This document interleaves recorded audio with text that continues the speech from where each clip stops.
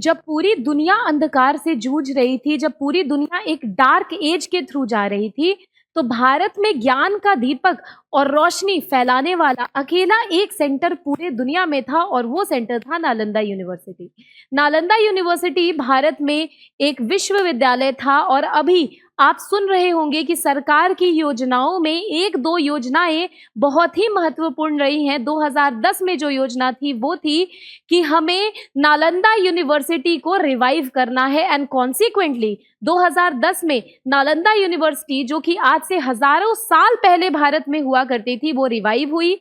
उसी तरीके से कुछ दिनों पहले आपने सुना होगा कि विक्रमशिला यूनिवर्सिटी जो है भागलपुर में, बिहार में, उसको भी रिवाइव करने की बात चल रही है। तो इसी कॉन्टेक्स्ट में इम्पॉर्टेंट हमारे लिए ये हो जाता है कि वो नालंदा यूनिवर्सिटी जब जहां थी वहां पूरी दुनिया में कोई और यूनिवर्सिटी नहीं थी। आखिर ऐसा क्या हुआ कि नालंदा यूनिवर्सिटी जो थी वो डिस्ट्रॉय हो गई, और उसके डिस्ट्रक्शन का कारण कौन बना, कैसे बना, और आखिर उसकी रिवाइवल कब हुई है। तो अगर हम बात करें तो why was Nalanda university burned, किसने नालंदा यूनिवर्सिटी को जला दिया, किसने हजारों लाखों मैन्युस्क्रिप्ट जो कि नालंदा यूनिवर्सिटी में कभी हुआ करती थी और वो एक इम्पॉर्टेंट सोर्स ऑफ इंफॉर्मेशन थी हमारे पास्ट की, उसको आखिर किसने जलाया और कौन आखिर इसके पीछे था।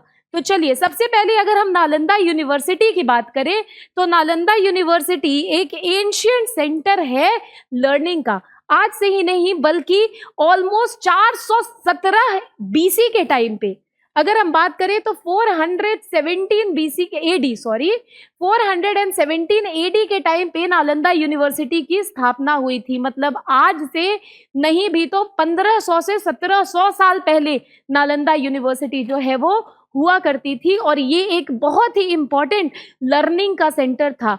और 5th से लेकर के 12th सेंचुरी एडी तक ऑलमोस्ट दुनिया के बड़े बड़े स्कॉलर्स अलग अलग कंट्री से, चाहे वो साउथ ईस्ट एशिया हो, चाहे वो सेंट्रल एशिया हो, चाहे वो तिब्बत हो, चाहे वो चाइना हो, हर जगह से स्कॉलर्स यहाँ पे पढ़ाई करने आते थे। And that too in various fields, in different fields like astronomy, like mathematics, like art, literature, Buddhist scholars, Buddhist literature etcetera.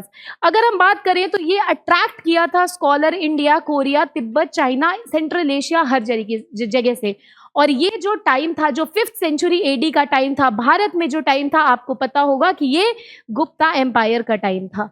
Gupta empire के एक बहुत ही इंपॉर्टेंट किंग कुमार गुप्त 427 एडी में कहते हैं कि कुमार गुप्त ने नालंदा यूनिवर्सिटी को स्टैब्लिश किया था। गुप्ता एम्पायर कब से कब तक थी? 3rd सेंचुरी एडी से 6th सेंचुरी एडी।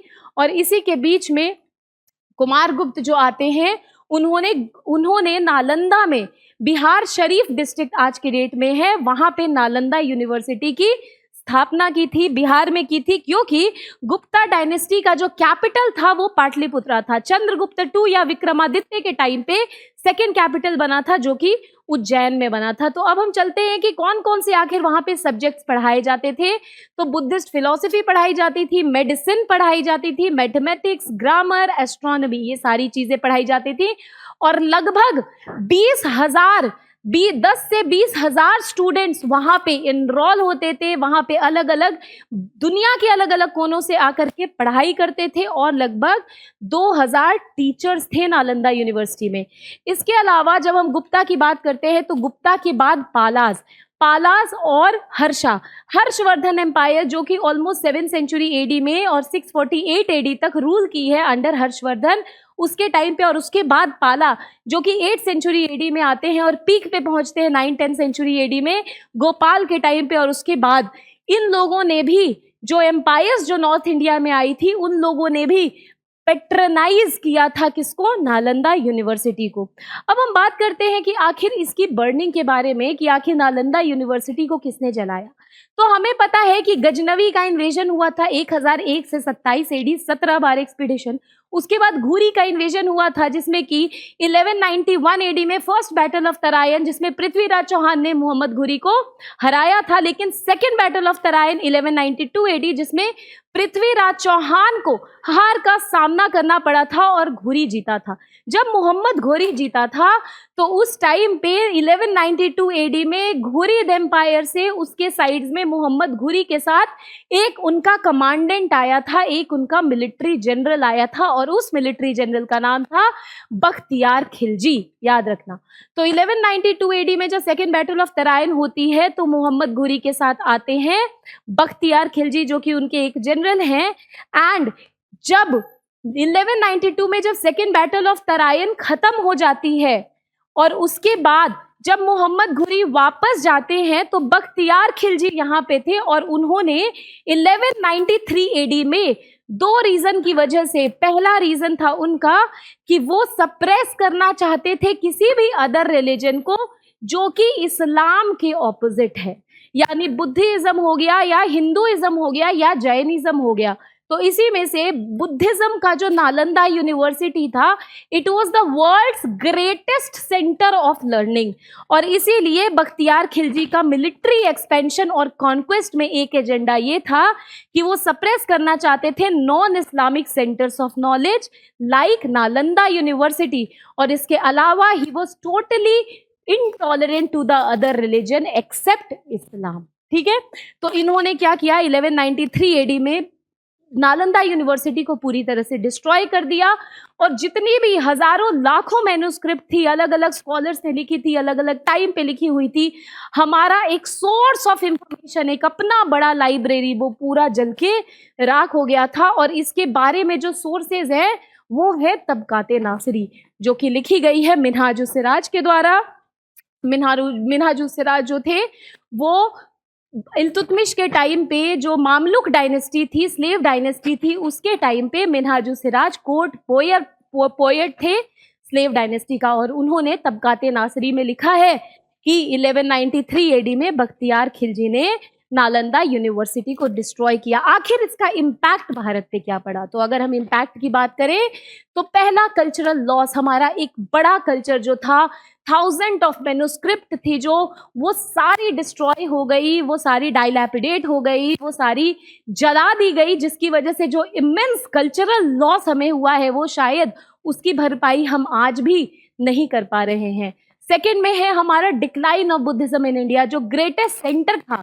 बुद्धिज्म का डिक्लाइन क्यों हुआ? क्योंकि परसिक्यूट किया गया उसके बाद बुद्धिस्ट मॉन्क्स को, उनको जान से मारा गया, उनको भगाया गया, उनको जिंदा जला दिया गया, जिसके बाद जो मेन यूनिवर्सिटी, जो एक सेंटर थी सारी लर्निंग का, कल्चरल एमलगेमेशन का, वही डिस्ट्रॉय हो गया। उसी के बाद हमने देखा कि बुद्धिज्म काफी डिक्लाइन होता है इंडिया में, और जितने स्कॉलर्स वहां पे पढ़ाई कर रहे थे उनको माइग्रेट करना पड़ा यहाँ से, क्योंकि इस्लाम ने यहाँ पे परसिक्यूट किया था बुद्धिस्ट मॉन्क्स को, और बुद्धिस्ट स्कॉलर्स को वो माइग्रेट करते हैं तिब्बत, नेपाल या साउथ ईस्ट एशिया में।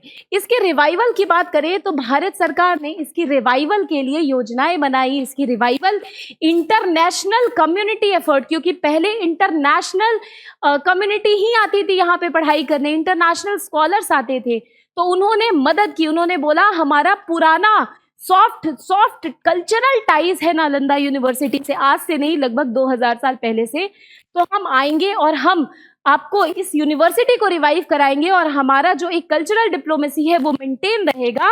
और इसी के बेसिस पे फाइनली 2010 में इंटरनेशनल एफर्ट से नालंदा यूनिवर्सिटी को रिवाइव किया गया, और उसमें क्लासेस जो थी वो स्टार्ट होती हैं।